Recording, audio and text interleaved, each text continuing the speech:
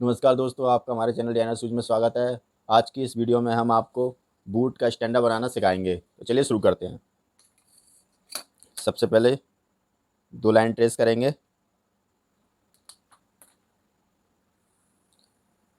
एक हॉरिजॉन्टल और एक वर्टिकल, जो 90 के एंगल पर होगी। दोस्तों, ये जो मीन फॉर्म है वो बूट के फरमे से बनाई गई है। बूट के फरमे में जो सोल लगाया जाता है उसकी जो हील हाइट होती है वो ज़्यादा होती है। तो यहाँ हम इसकी हील हाइट 25 mm लेकर चलेंगे। 25 mm मान लेते हैं।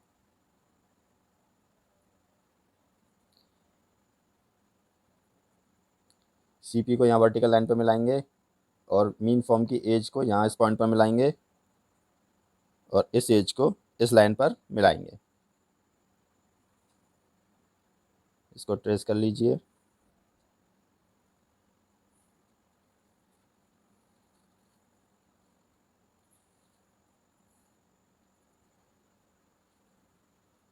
ये टो का निशान लगा लीजिए। इस बूट की हाइट रखेंगे हम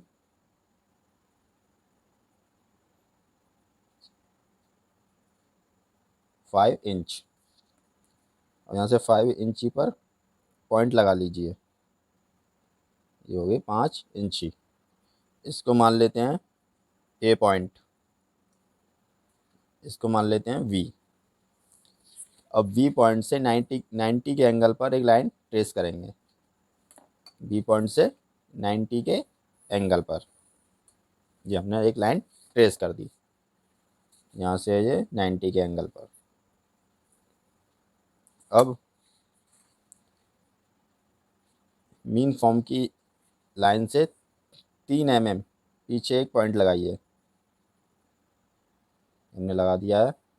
और यहाँ बी से 6 mm पर एक पॉइंट लगाइए। बी से 6 mm पर हमने पॉइंट लगा दिया सी। अब सी पी से इस पॉइंट से होते हुए एक लाइन ट्रेस करेंगे जो इस पॉइंट पर जाकर मिल जाएगी।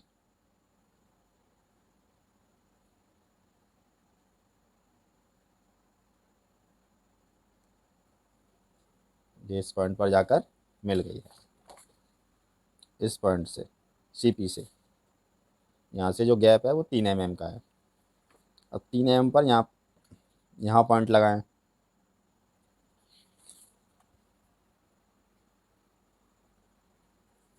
और स्टैंडर्ड को यहाँ रखें।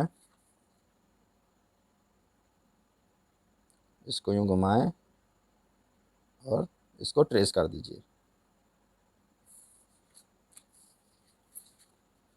बूट का जब स्टैंडर्ड बनाते हैं तो यहाँ 3 mm इस लाइन को पीछे कर लेते हैं। जो पैटर्न निकलेंगे वो इस लाइन से निकाले जाएंगे। अब सी पॉइंट से ये जो सी पॉइंट है, अब सी पॉइंट से 115 mm की डिस्टेंस पर एक पॉइंट लगाएं।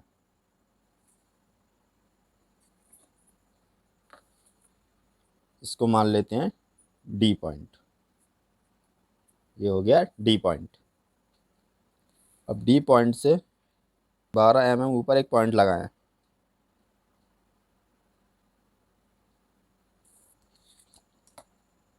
इसको मान लेते हैं एफ पॉइंट। ये हो गया एफ। अब सी से एफ को मिलाएं। अब सी पॉइंट से 115 mm की डिस्टेंस पर एक पॉइंट लगाएं। ये लगा दिया हमने पॉइंट।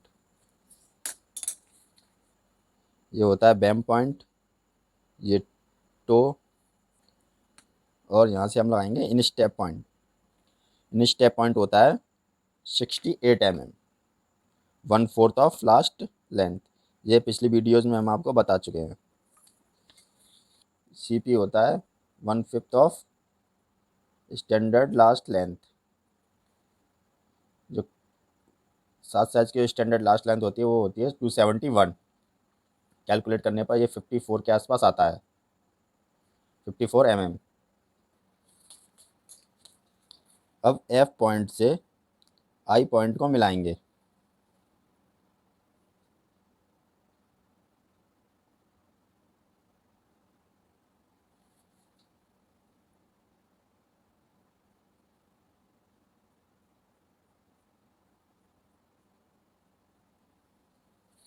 एफ पॉइंट से आई पॉइंट को हमने मिला दिया है।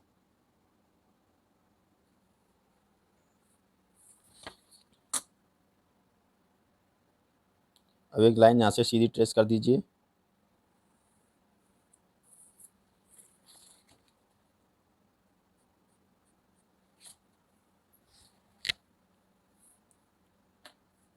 अब इस पॉइंट से 90 के एंगल पर, बैम पॉइंट से 90 के एंगल पर एक लाइन ट्रेस करें और एक लाइन 90 के एंगल पर इसको ऊपर से ट्रेस करें।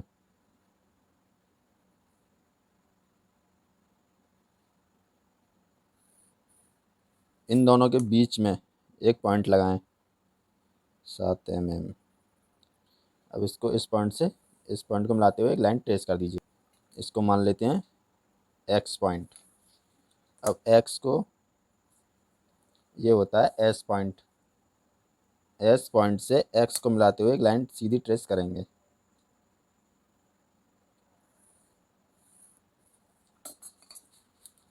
अब वी एक्स लाइन के मिडिल में एक पॉइंट लगाएंगे, ये है 86 mm। इसका हाफ हो गया 43 mm और अपने एक पॉइंट लगा दिया। इसको मान लेते हैं एम पॉइंट। एम से 5 mm नीचे एक पॉइंट और लगाएं, इसको मान लेते हैं एन पॉइंट। अब इन स्टेप पॉइंट से वी एक्स के पैरेलल एक लाइन ट्रेस करेंगे जो वी एक्स के समांतर होगी।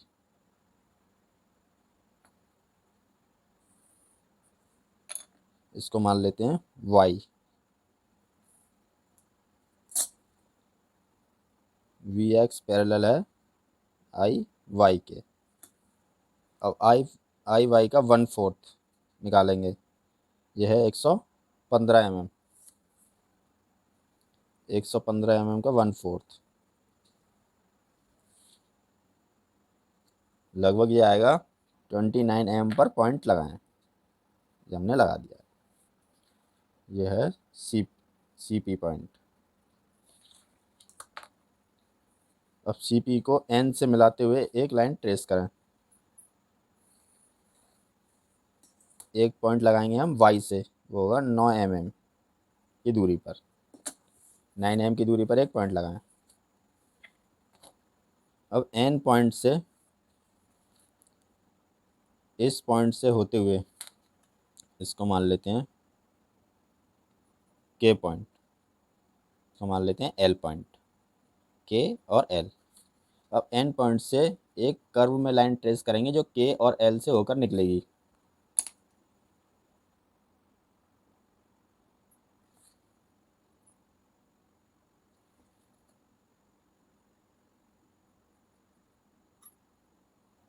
लाइन हमने ट्रेस कर दी एन पॉइंट से जो के और एल से होकर निकली है। अब एफ पॉइंट से 4 mm का डिस्टेंस डिवाइडर में सेट कीजिए और एफ पॉइंट से बी पॉइंट तक 4 mm डिस्टेंस का डिवाइडर इस पर लगा दीजिए। 4 mm की डिस्टेंस।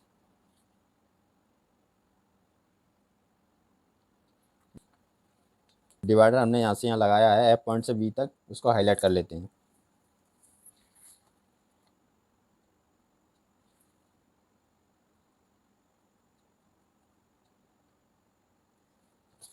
अब यहाँ से एम पॉइंट से एक लाइन ट्रेस करें यहाँ तक।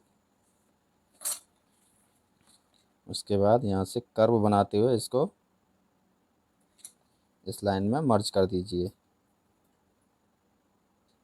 और यहाँ से राउंड करते हुए इसको इसमें मिला देंगे।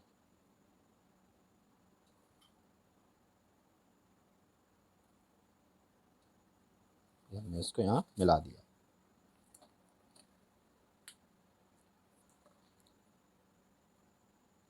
सी पॉइंट से 30 mm, 30 mm पर एक पॉइंट लगाएं। 30 mm की डिस्टेंस पर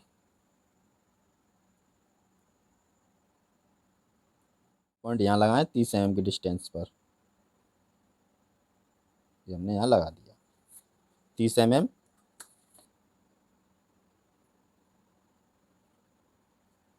30 mm। अब इस पॉइंट से एक 90 के एंगल पर इस पॉइंट से 90 के एंगल पर एक पॉइंट और लगाएं 30 mm पर। अब एक लाइन ट्रेस कर दीजिए और एक लाइन यहाँ से ट्रेस कर दीजिए और यहाँ से राउंड में यहाँ से इसको राउंड कर दीजिए। ये जो कोना बन रहा है हम कोना यहाँ नहीं रखेंगे, इसको हमने कर दिया राउंड।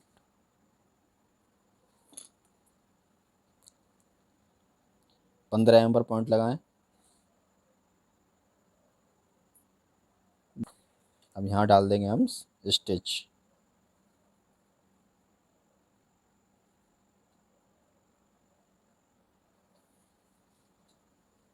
अब एफ पॉइंट को 10 mm ऊपर और उठाएं। ये हो गया 10 mm। इस पॉइंट से 10 mm।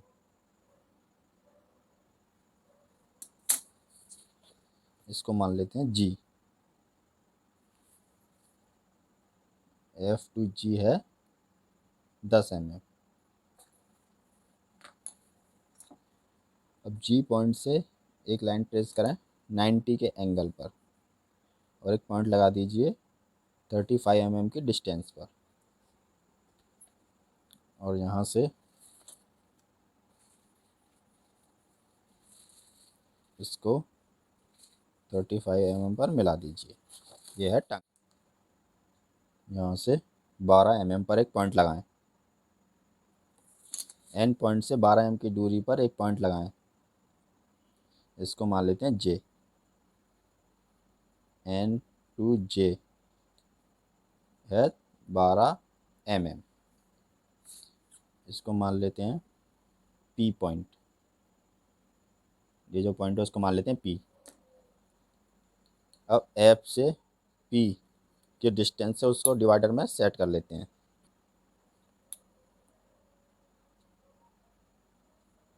और एफ से डिवाइडर को बी तक चलाएं, बी पॉइंट तक।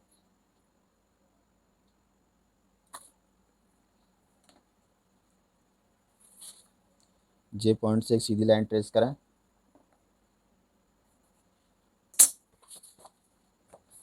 इस लाइन को हाईलाइट कर लेते हैं। यह है टंग।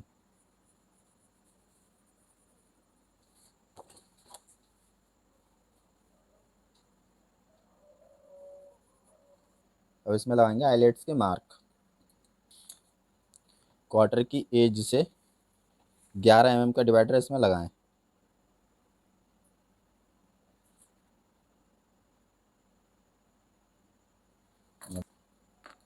इस लाइन को हाईलाइट कर लेते हैं।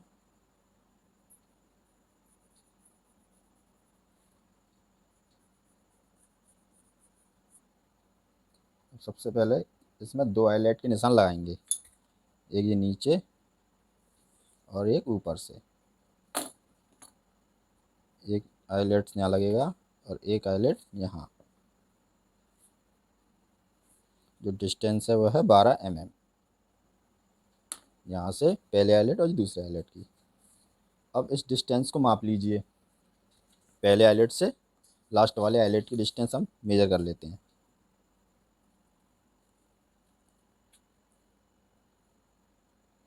यह है 106 mm। 106 mm। अब हमें बीच में कितने हाईलाइट लगाने हैं? मान लीजिए हमें बीच में लगाने हैं 6 हाईलाइट। तो 106 को 7 से डिवाइड कर देंगे। 6 हाईलाइट लगाने तो 7 से डिवाइड करेंगे और 7 हाईलाइट लगाने तो 8 से। 5 लगाने हैं तो 6 से। 7 एकम 7 और लगभग 7 में 15 mm आएगा लगभग।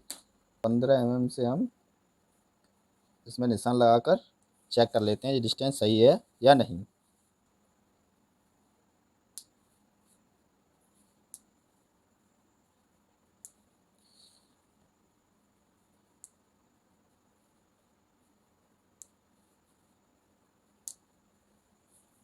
ये 15 mm पर ठीक आया।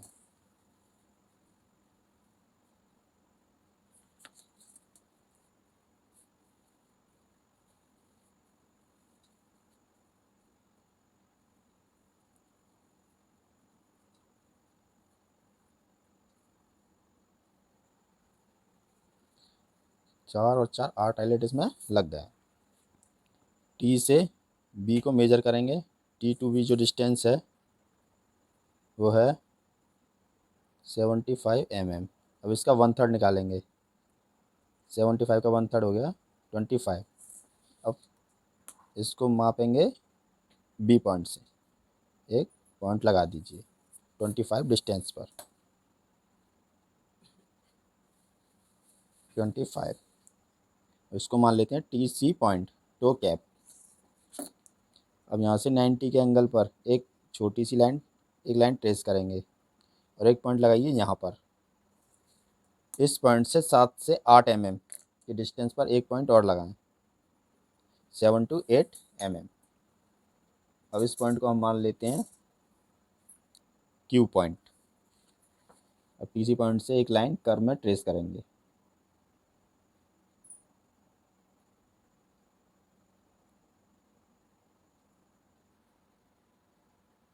अब इसमें बनाएंगे हम काउंटर का पैटर्न। उसके लिए क्या करेंगे, ए पॉइंट से 60 mm के डिस्टेंस पर एक पॉइंट लगाएं, दिया। इसको मान लेते हैं आर पॉइंट। अब आर टू एम कनेक्ट कर दीजिए। आर टू एम से मिलाते हुए एक लाइन ट्रेस करेंगे। अब एन से एल तक जो लाइन हमने ट्रेस की थी कर्व में, उससे 25 mm का डिवाइडर सेट करें और एक लाइन ट्रेस कर दीजिए।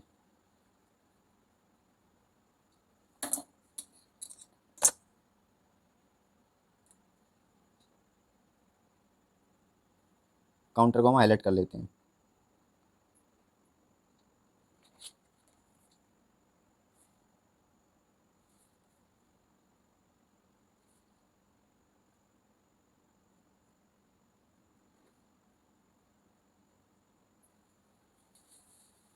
ये हमने बना दिया इसमें काउंटर। अब जैसा चाहे वैसा काउंटर इसमें बना सकते हैं। अब यहाँ से एक पॉइंट लगाएं 15 mm की डिस्टेंस पर और यहाँ से 9 mm।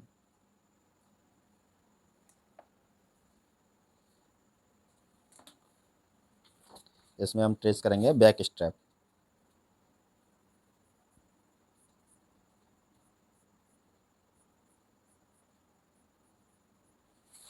देखिए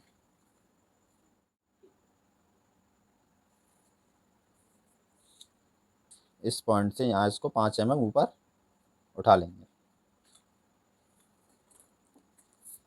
अब इसमें लास्टिंग मार्जिन ऐड कर देंगे। यहाँ से 15 mm, एक्स पॉइंट से 17 mm। एक सीधी लाइन ट्रेस करें दोनों पॉइंट्स को मिलाते हुए और यहाँ 15 mm।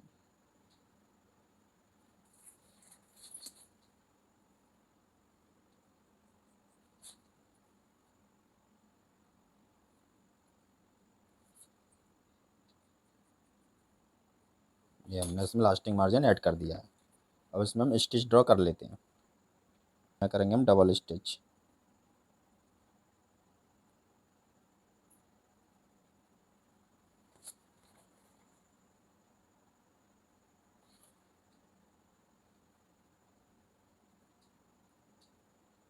स्टिच से हमें पता चलेगा कौन सा कंपोनेंट हमें ऊपर रखना है, कौन सा नीचे।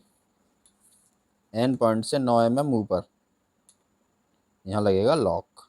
यह है लॉक पॉइंट, इसको बोलते हैं लॉक।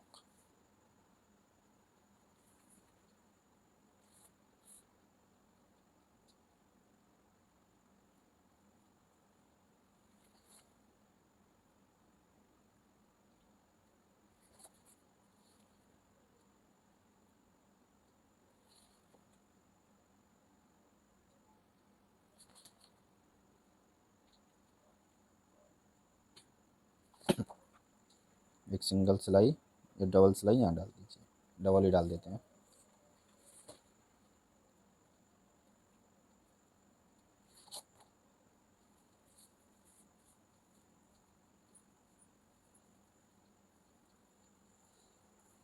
ये बन गया बूट स्टैंडर्ड।